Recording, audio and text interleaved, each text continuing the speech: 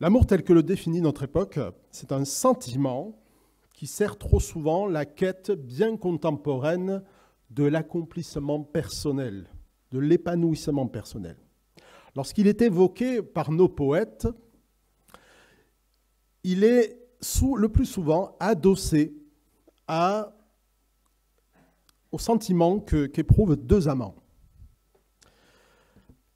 Alors, avec cette vision de l'amour, quand la romance disparaît, quand les sentiments s'évanouissent, alors on présuppose que l'amour s'est enfui et on court après le suivant.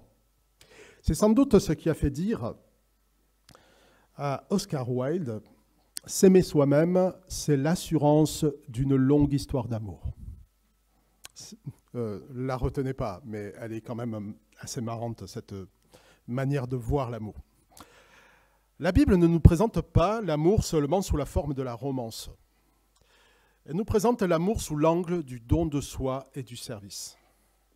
Mais notre époque n'appelle pas cela de l'amour, parce que les gens de notre temps n'ont pas le temps de servir les autres. Ils n'ont que le temps de se servir. Et ils ne sont pas prêts à ce genre de sacrifice. Et dans ce chapitre 13, Jésus nous montre ce qu'implique concrètement une vie transformée par l'amour de Dieu. Jésus nous aime en se faisant notre serviteur, en préférant agir dans l'intérêt de ses amis plutôt que dans le sien, et en acceptant même de mourir. Ainsi, le lavement des pieds que nous avons vu il y a 2 semaines manifeste cette humilité d'un Dieu qui se donne jusqu'au bout et qui nous désarçonne par son amour.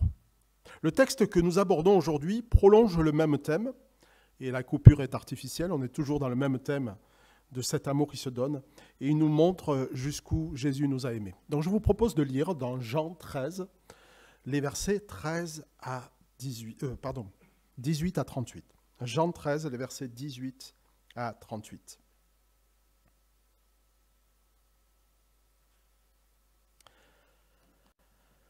Alors Jésus parlait à ses disciples et il leur disait « Vous êtes heureux à condition de mettre tout cela en pratique. Je ne parle pas de vous tous, je sais très bien quels sont ceux que j'ai choisis. Mais il faut que l'Écriture s'accomplisse. Celui avec lequel j'ai partagé mon pain se retourne contre moi. Je vous le dis dès maintenant, avant que cela ne se produise, pour qu'au moment où cela arrivera, vous croyiez que moi je suis. Vraiment, je vous l'assure, qui reçoit celui que j'envoie, me reçoit moi-même, et qui me reçoit celui qui m'a envoyé. » Après avoir dit cela, Jésus fut troublé intérieurement, et il déclara solennellement, « Oui, vraiment, je vous l'assure, l'un de vous me trahira. » Les disciples déconcertés se regardaient les uns les autres, et se demandaient de qui ils pouvaient bien parler. L'un d'entre eux, le disciple que Jésus aimait, se trouvait à table juste à côté de Jésus. Simon-Pierre lui fit signe de demander à Jésus de qui il parlait. Et ce disciple, se penchant aussitôt vers Jésus, lui demanda « Seigneur, de qui s'agit-il » Et Jésus lui répondit « Je vais tremper ce morceau de pain dans le plat. Celui à qui je le donnerai, c'est lui. » Là-dessus, Jésus prit le morceau qu'il avait trempé et le donna à Judas, fils de Simon Iscariote. Dès que Judas eut reçu le morceau de pain, Satan entra en lui. Alors Jésus lui dit, « Ce que tu fais, fais-le vite. » Aucun de ceux qui étaient à table ne comprit pourquoi il lui disait cela. Comme Judas gérait la bourse commune, quelques-uns supposèrent que Jésus le chargeait d'acheter ce qu'il leur fallait pour la fête, ou de donner quelque chose aux pauvres. Dès que Judas eut pris le morceau de pain, il se hâta de sortir, et il faisait nuit. Quand il fut parti, Jésus dit « Maintenant la gloire du Fils de l'homme éclate, et Dieu va être glorifié en lui. Puisque Dieu va être glorifié en lui, Dieu à son tour va glorifier le Fils de l'homme en lui-même, et il le fera bientôt. Mes chers enfants, je suis encore avec vous, mais plus pour longtemps. Vous me chercherez, et ce que j'ai dit à tous, je vous le dis aussi maintenant. Vous ne pouvez pas aller où je vais. Je vous donne un commandement nouveau. Aimez-vous les uns les autres. Oui, comme je vous ai aimés, aimez-vous les uns les autres. À ceci, tous reconnaîtront que vous êtes mes disciples, à l'amour que vous aurez les uns pour les autres. Simon-Pierre lui demanda, « Seigneur, où vas-tu » Et Jésus lui répondit, « Tu ne peux me suivre maintenant là où je vais, mais plus tard tu me suivras. » Mais Pierre reprit, « Et pourquoi donc, Seigneur, ne puis-je pas te suivre dès maintenant ?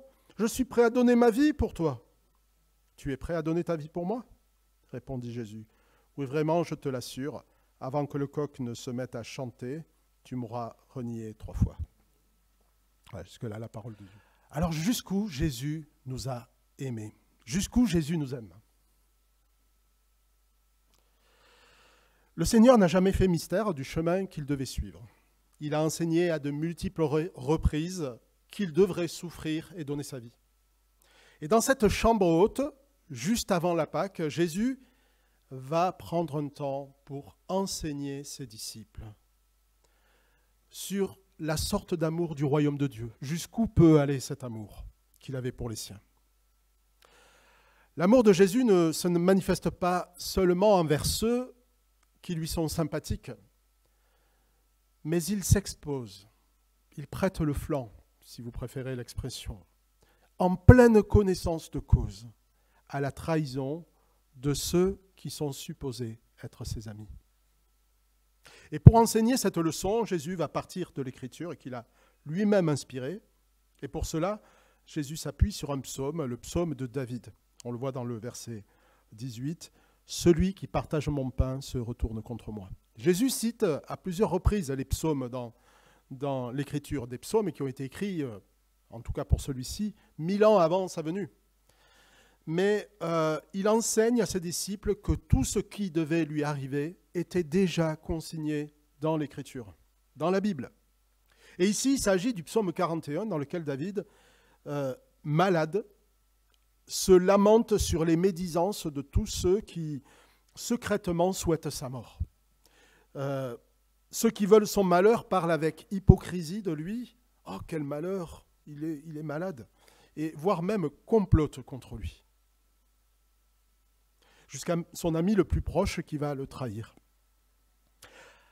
Alors, parmi les grands thèmes de la Bible, et en particulier de la vie de David, figure celui de la souffrance et celui de la trahison. L'expérience et les épreuves des héros de la foi, vous savez, cette règle de lecture, tout ce qui est dans l'Écriture a été écrit pour notre instruction. Donc tout est utile. Et l'expérience des héros de la foi montre ce thème de la trahison. David a connu la trahison, Moïse, par le peuple qui se retournait contre lui dans la quasi-majorité, Jacob, qui a trahi les siens et ensuite a été trahi par son beau-père, Joseph, qui a été trahi par ses propres frères. Toutes ces personnes annonçaient d'avance les souffrances de Christ. Alors on appelle cela, en théologie, la typologie. La typologie. Les héros de la foi sont des types, des préfigurations de ce que vivrait le Sauveur d'Israël. Et Jésus utilise très souvent la typologie. La typologie, c'est une clé de lecture extrêmement encourageante. Pour la foi, parce qu'elle nous montre de quelle manière la Bible est cohérente, qu'elle n'est pas juste un amoncellement, un patchwork d'histoires qui ont été recueillies sans vraiment de lien les unes avec les autres, mais au contraire, que derrière les différents auteurs bibliques, il n'y a qu'un seul auteur, le Saint-Esprit, qui veut nous parler de Christ. Les psaumes et ces récits ont été disposés dans la Bible afin que nous comprenions que Jésus est le « je suis » qui s'est annoncé à Moïse.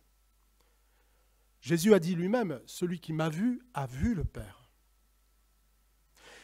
Les habitudes des études bibliques savent que lorsque Jésus dit « je suis », et particulièrement dans Jean, ça revient à plusieurs reprises, il s'identifie à celui qui s'est présenté sous le nom de « je suis celui qui suis » sur le mont Sinaï, lorsque Moïse lui a demandé « quel est ton nom ?»« Je suis ». Et c'est très certainement le sens du nom Yahvé que nous utilisons parfois, c'est une forme grammaticale du verbe être, Yahvé. Ce nom, je suis, évoque en même temps la puissance colossale qui s'est manifestée sur cette montagne, au point que le peuple d'Israël a demandé à Moïse que Dieu ne lui parle plus directement, mais qu'il parle seulement par Moïse, parce qu'ils étaient épouvantés et tout tremblants. C'est ce même je suis qui, dans notre texte, dans cette chambre haute, se défait de ses habits, comme il se défait pour un temps de sa gloire. Il s'agenouille devant eux, il leur lave les pieds. C'est ce même je suis qui, dans son humanité, vit ce tremblement intérieur à l'idée de la souffrance à venir. C'est ce même je suis qui va donner sa vie et qui va être trahi. Ce qui ressort de ce texte de la trahison de Judas, c'est que cette trahison n'est pas une péripétie, une sorte d'aléa dans l'histoire, un imprévu qui aurait échappé au contrôle de Jésus. Jésus avait prévenu ses disciples. On le voit par exemple, et à de multiples reprises, mais dans Jean 6, c'est-à-dire quelques chapitres et certainement quelques mois avant, Jean 6, verset 70, « N'est-ce pas moi qui vous ai choisi ?» avait-il dit à ses disciples, « Vous les 12, et pourtant l'un de vous est un diable. » Mais les disciples, malgré tout, restent perplexes et restent incrédules. Et cet étonnement nous enseigne au moins une chose, peut-être une première chose, sur la manière dont Jésus aime. Jésus aime et agit avec amour, même envers ses ennemis. Personne ne se doutait que Judas était ce diable dont il a parlé dans Jean 6, parce que Judas a été traité avec les mêmes égards que les 11 autres. Il s'est laissé laver les pieds comme les autres, et rien ne laissait transparaître dans l'attitude de Jésus un quelconque dégoût à l'idée de ce qu'il allait faire. Rien dans cette attitude ne montrait que Jésus ne l'a pas aimé lui aussi. Jésus les a tous aimés jusqu'au bout, nous dit notre chapitre 13, et y compris Judas. L'amour que Jésus inspire à ses disciples ne fait pas de considération de personne, y compris face à ceux qui lui veulent du mal. Voilà jusqu'où les disciples devront aimer, voilà la leçon du jour. Jésus est venu pour servir, donner sa vie, et il le fait en pleine connaissance de cause, en pleine maîtrise de la situation. Et au final, ce n'est pas seulement Judas qui l'a trahi, mais tous l'ont abandonné. À commencer par Pierre, qui jurait que jamais il ne le ferait, et pourtant il les aima jusqu'au bout. Sans doute faut-il le rappeler, c'est aussi ainsi que Jésus a agi à notre égard. Peut-être que le mot trahison vous choque. A-t-on trahi Jésus ? En tout cas, la Bible utilise le mot d'ennemi. Jésus n'a pas donné sa vie parce qu'il nous a trouvés sympathiques ou particulièrement méritants. Romains 5, 8, « Mais voici comment Dieu nous montre l'amour qu'il a pour nous, alors que nous étions encore des pécheurs, Christ est mort pour nous. » À peine mourrait-on pour un juste, encore on pourrait le comprendre, nous dit Paul aux Romains, mais c'est pour des pécheurs, des ennemis. Cette nouvelle, à vrai dire, devrait nous bouleverser. Si nous pensons être au bénéfice du sacrifice de Jésus dans nos vies, nous ne pouvons que reconnaître le néant de notre mérite, ainsi que la dette infinie que nous avons à l'égard de Jésus-Christ. Quel privilège que de recevoir le pardon de Christ et de savoir que nous avons été aimés ainsi. La seconde leçon nous lance un défi sur la manière dont nous devons nous aussi aimer. Alors comparons ce qui est comparable. Jésus savait parfaitement quelle était l'issue de sa vie. Il était en quelque sorte le scénariste de cette épreuve. Il ne pouvait pas échapper à son destin. Personne ne pouvait aller où il allait, dit notre texte.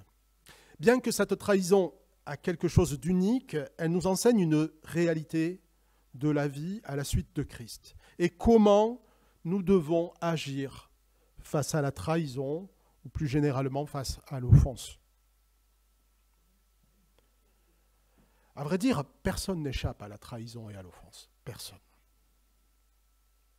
Tout le monde fait l'expérience un jour ou l'autre de cette triste réalité.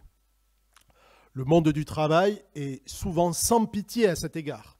Les trahisons y sont nombreuses pour des motifs douteux et mercantiles parfois. C'est ainsi qu'agit le monde et quelque part, nous ne devons pas nous en étonner, mais il est plus difficile de vivre ce genre de trahison ou de complot et plus généralement les offenses quand elles viennent de nos proches. L'offense et la trahison provoquent toujours de la colère qui, si elle n'est pas traitée sans délai, va se muter en rancœur et en haine. Nous pouvons rejeter avec dégoût cette idée, mais on dit souvent « Ah, mais j'ai pardonné, c'est oublié ». Mais souvent, notre attitude et les sentiments qu'il y a dans nos cœurs lorsque nous rencontrons à nouveau l'offensé témoignent contre nous. Les valeurs du royaume de Dieu que Jésus veut inspirer à nos cœurs devraient nous conduire à agir autrement. Et la liberté que nous accorde Christ est précisément la liberté de pouvoir vivre l'offense comme lui l'a vécu. Si Jésus a accepté de vivre la trahison de Judas, jusqu'à celle de ses disciples, je l'ai dit il y a 2 semaines, mais c'est une clé de lecture de notre passage. C'est le verset 3 qui le dit. Pour ceux qui ont leur Bible, lisez-le avec moi. Jésus savait que le Père avait tout remis entre ses mains. Jésus savait que le Père avait tout remis entre ses mains, qu'il était venu d'auprès de Dieu et qu'il allait retourner auprès de lui. Ça change tout. C'est la clé de lecture importante de ce chapitre 13 que nous avons déjà évoqué. Jésus savait d'où il venait. Et nous, est-ce que nous savons d'où nous venons ? À vrai dire, on est naturellement prompt à juger, peu enclin à faire grâce, mais c'est soit par ignorance, soit par oubli de ce que le Seigneur nous a aussi beaucoup pardonné. Si nous savons réellement que nous étions les ennemis de Dieu, comme le dit notre texte de Romains, et comme le dit la Bible, alors nous aurions plus de compassion et d'amour pour ceux qui font le mal et pour ceux qui nous font du mal.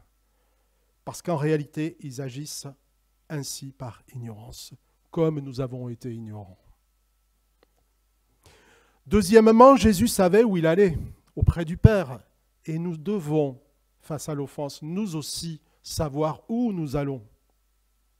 Soyons réalistes, le mal se fait et continuera à se faire sur cette terre. À plus forte raison si nous voulons être fidèles à notre Seigneur. Pierre disait à des gens qui vivaient l'offense, la souffrance, la persécution, c'est une grâce de supporter les difficultés en souffrant injustement. C'est une grâce. Et cela de le faire par motif de bonne conscience envers Dieu. 1 Pierre 2, 19. Lisez-le et reméditez-le. Paul invitait les Romains. Dans la mesure où cela dépend de vous, vivez en paix avec tous les hommes. Mais mes chers amis, cela ne dépend pas toujours de nous.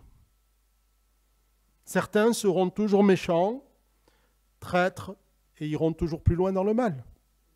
Nous devrons naviguer avec des offenses, sans pour autant obtenir réparation. Mais est-ce que nous devons en rester là ? Non, nous pouvons être libérés. Le puissant encouragement, c'est que ces choses prendront fin si nous savons où nous allons. Ces choses prendront fin et le Seigneur nous prépare une place dans un monde où la justice habitera. L'espérance du monde à venir est un puissant encouragement pour continuer à vivre et à guérir. Guérir malgré l'offense. Troisièmement, Jésus savait qui il était. Il s'en remettait à son Père. Jésus, le texte, le verset 3 nous dit, Dieu avait tout remis entre ses mains. Il était l'héritier. Il s'en remettait à son Père, qui est notre Père. Et je reviens encore sur 1 Pierre 2, au verset 23, qui parle longuement de cette réalité de l'offense. Injurié, il ne ripostait pas par l'injure. Quand on le faisait souffrir, il ne formulait aucune menace, mais il remettait sa cause entre les mains du juste juge. Ça, c'est pour Jésus. Mais regardons ce que nous dit le texte de Romains 12, verset 19, qui parle du même thème. « Mes amis, ne vous vengez pas vous-même, mais laissez agir la colère de Dieu. Car il est écrit, c'est à moi qu'il appartient de faire justice. C'est moi qui rendrai à chacun son dû. Mais voici votre part. Si ton ennemi a faim, donne-lui à manger. S'il a soif, donne-lui à boire. Ce sera par là comme si tu lui mettais des charbons ardents sur la tête. Ne te laisse pas vaincre par le mal, au contraire, sois vainqueur du mal par le bien. » Alors, charbon ardent sur la tête, dans notre contexte, on a l'impression que c'est une sorte de manipulation pour culpabiliser la personne, mais ce n'est pas du tout ça dans le contexte. C'est plutôt d'inviter la personne à réfléchir et se repentir, en lui montrant le mal qu'elle fait. C'est très différent de ce que nous pourrions imaginer par ces charbons ardents. Quatrièmement, Jésus savait quelle était sa mission. Savons-nous quelle est notre mission ?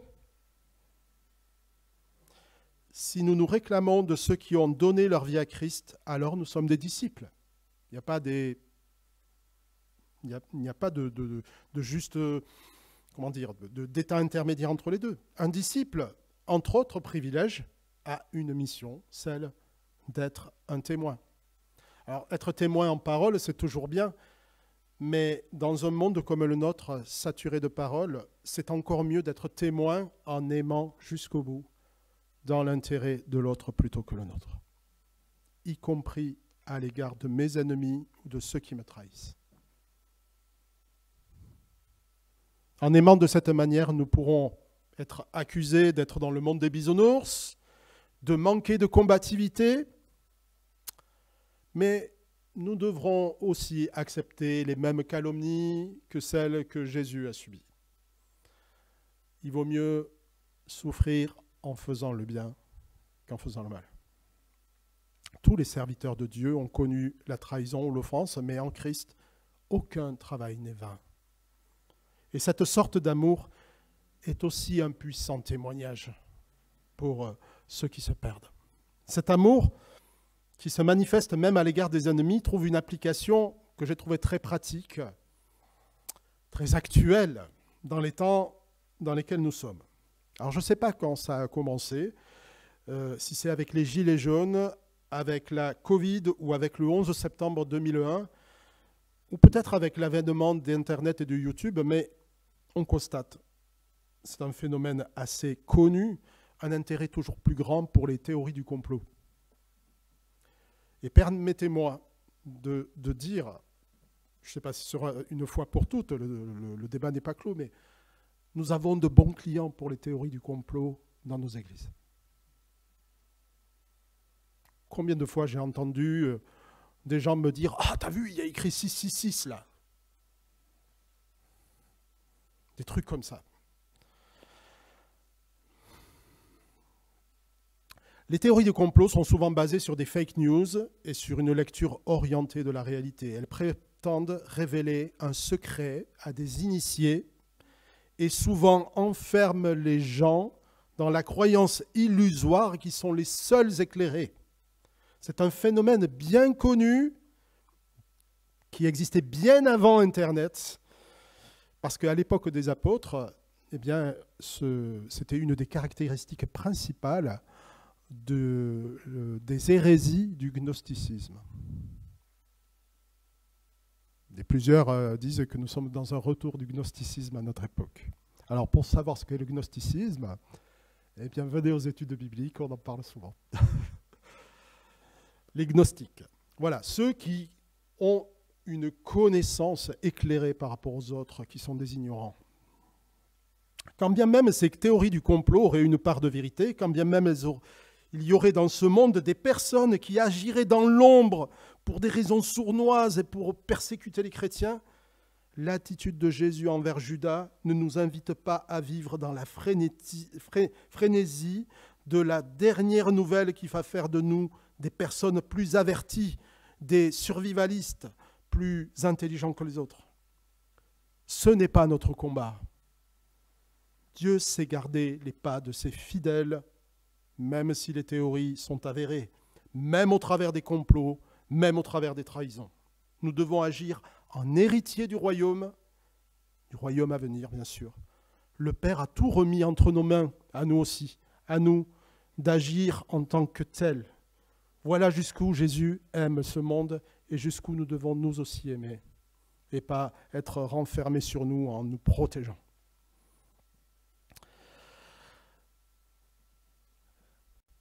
Alors, on est assez éloigné de l'amour d'Oscar Wilde, vous êtes d'accord? L'amour de soi. L'écart entre l'amour que la plupart d'entre nous éprouvons naturellement est assez éloigné de l'amour tel que le royaume de Dieu le définit. Mais l'erreur, ce serait de croire que cette sorte d'amour est un bel exemple à admirer. Jésus nous dit dans ce texte, en prenant l'exemple de David, que les héros de la foi des temps passés ont vécu les souffrances et les souffrances de Christ, annoncé les souffrances de Christ. Et donc, désormais, eh bien, le même genre d'amour et le même genre d'attitude sera la marque de ses disciples. Et là, j'en reviens à cette punchline de notre texte qui est si connue et souvent peu écornée ou raccourcie. Verset 34, « Je vous donne un commandement nouveau. Aimez-vous les uns les autres. » Oui, comme je vous ai aimé, c'est-à-dire comme je vous ai aimé dans tout le début du chapitre 13. Comme je vous ai aimé, aimez-vous les uns les autres. À vrai dire, ce commandement n'est pas nouveau. Il a été dit dans une prière, je crois, à l'instant. Il a toujours été au centre de la loi. Tu aimeras l'Éternel ton Dieu de ton cœur, toute ton âme, toute ta pensée, toute ta force, Deutéronome 6,5.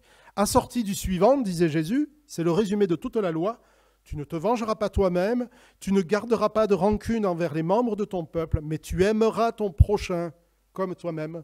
Lévitique 19 et 18, verset 18. Alors qu'est-ce qui est nouveau? La nouveauté, c'est que désormais, cet amour devient la caractéristique visible du peuple de Dieu. Visible parce qu'elle est aussi un puissant moyen d'évangélisation. Christ va implanter cet amour dans le cœur de ceux qui lui appartiennent. C'est un amour qui pourra nous faire souffrir parce qu'il s'expose, mais c'est la caractéristique des enfants de Dieu. Et c'est d'ailleurs ce que dira Jean dans la première lettre qu'il écrira. Alors, au cas où vous l'auriez oublié, ou vous ne le sauriez pas, donc il y a un évangile de Jean, mais il y a aussi 3 lettres de Jean, et la première revient sur beaucoup de thèmes de l'évangile, et en particulier sur celui de cet amour pour les frères. 1 Jean 3,10, c'est ainsi que se manifeste la différence entre les enfants de Dieu et les enfants du diable. Écoutez bien, c'est ainsi que se manifeste la différence entre les enfants de Dieu et les enfants du diable. Celui qui ne fait pas ce qui est juste n'est pas de Dieu, pas plus que celui qui n'aime pas son frère. C'est verset 14. Quant à nous, nous savons que nous sommes passés de la mort à la vie. Pourquoi? Parce que nous aimons nos frères, même ceux qui nous font du mal. Celui qui n'aime pas demeure dans la mort. On peut difficilement être plus explicite. Comment peut-on encore mettre en pratique ce « aimez-vous les uns les autres » concrètement? Alors, Jean parle longuement de ce thème dans sa lettre de ce commandement nouveau que Jésus donne. D'ailleurs, il dit lui-même, ce n'est pas tout à fait un commandement nouveau, il existait déjà avant. Et 1 Jean 3,16, c'est toujours dans le même passage qui développe cet amour des uns pour les autres. Voici comment nous savons ce que c'est que d'aimer. Jésus-Christ a donné sa vie pour nous. Nous devons nous aussi donner notre vie pour nos frères. La barre est très haute. Alors, vous savez qu'on voit parfois ce genre de sacrifice et on est admiratif et bouleversé lorsqu'on fait ce dimanche de l'Église persécutée, où on voit... J'ai un souvenir qui m'a bouleversé, c'est le souvenir de ce papa qui était prêt à mourir pour Christ. Et puis on lui a amené son fils et on lui a dit, si toi tu es prêt à mourir, nous on va tuer ton fils. Et il a dit, mon fils, prépare-toi à rencontrer notre Seigneur. On peut qu'être bouleversé parce que forcément ça nous parle et c'est ce que nous pourrions vivre, ça pourrait nous arriver. On voit parfois ce genre de sacrifice dans les récits trop méconnus de l'Église persécutée. Mais John Stott, commentateur très connu, dit de ce verset la chose suivante. Peu d'entre nous sont appelés à offrir leur vie dans quelque acte d'héroïsme. Mais nous avons constamment l'occasion de partager nos richesses avec ceux qui sont dans le besoin. L'amour, c'est l'empressement à abandonner ce qui a de la valeur pour notre vie afin d'enrichir la vie d'un autre. Donner à son frère ou à sa sœur de quoi subsister, c'est la première marque de cet amour. Bien souvent, l'argent et notre générosité en dit long sur l'état de notre cœur. Mais on peut parfois donner de l'argent sans que cela nous coûte grand-chose. Pour certains, avides d'activité ou avides de tranquillité, il sera plus difficile non pas de donner de l'argent, mais de donner de notre temps. Jésus disait, là où est ton trésor, là aussi sera ton cœur. Si notre trésor est l'argent, notre cœur aura du mal à donner. Si notre trésor est notre tranquillité ou nos activités, nous aurons du mal à donner notre temps. Un certain C.S. Lewis, pour ceux qui ne le connaîtraient pas, c'est celui qui a entre autres écrit les Chroniques de Narnia, mais c'est un penseur chrétien influent, fort, qui est presque contemporain, qui est du siècle dernier. Il disait, il est plus facile d'être enthousiaste pour l'humanité avec un H majuscule. T'as vu, on parle beaucoup d'anglais aujourd'hui. Il est plus facile d'être enthousiaste pour l'humanité avec un H majuscule que d'aimer individuellement des hommes et des femmes, en particulier ceux qui sont inintéressants, exaspérants, dépravés ou peu attirants, ou ceux qui n'ont rien à nous apporter. Aimer tout le monde en général peut être une excuse pour n'aimer personne en particulier.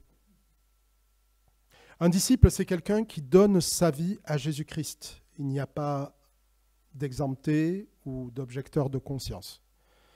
Mais la meilleure manière d'évaluer si concrètement où est notre cœur et si l'amour de Christ y est bien présent, c'est de donner notre vie pour nos frères et sœurs.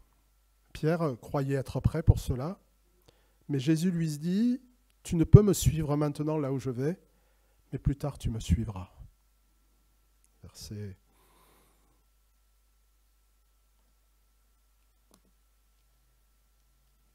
35 par là. Ouais. 34. Pour Pierre, le temps viendra plus tard d'être capable de donner sa vie pour Christ et de glorifier Dieu par sa mort. C'est les termes de Jean. Pierre a glorifié Dieu par la mort qu'il a subie. Mais il fallait encore quelque chose, c'est que l'Esprit de Dieu transforme le cœur de Pierre pour en faire un cœur de chair, un cœur capable d'aimer, et d'aimer au-delà de l'effort, d'aimer parce que en fait c'est un amour irrésistible que le Seigneur veut mettre dans notre cœur. Il fallait encore que l'Esprit de Dieu soit donné, et Pierre ne l'avait pas reçu de la manière dont ça viendra plus tard. Donner sa vie pour ses frères et sœurs, c'est l'apprentissage d'une vie, mais cela ne s'apprend ni à force d'études ou d'exercices, c'est au travers des épreuves et de nos défaites. Comme Pierre, qui, lorsqu'il a croisé le regard de Jésus, qui lui avait dit « Tu me renieras 3 fois », il a compris toute la détresse et l'amour de Jésus, et en même temps la détresse de la décomposition de sa vie, s'est vécu dans cet échange de regards. Il a trahi Jésus, et là il a compris l'amour de Jésus-Christ. Il l'a compris encore plus tard, quand Jésus est venu le réhabiliter, le pardonner, on verra ça dans le chapitre 21, mais oui, c'est dans nos défaites, dans nos épreuves que nous apprenons à comprendre combien Jésus nous a aimés. Et c'est cet amour-là qui contraint nos cœurs, qui contraint notre volonté à aimer comme lui a aimé. On ne peut pas faire l'économie de ce passage dans lequel nous acceptons d'abandonner nos défenses pour que Jésus règne en nous. C'est ainsi que Jésus nous apprend à aimer et c'est ainsi qu'il nous apprend à aimer jusqu'où il a aimé, par son esprit qui nous guérit et nous rend capables d'aimer à notre tour. Que le Seigneur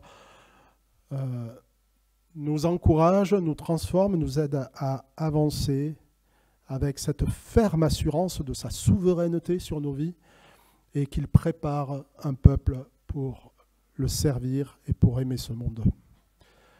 Que le Seigneur nous soit en aide. Amen.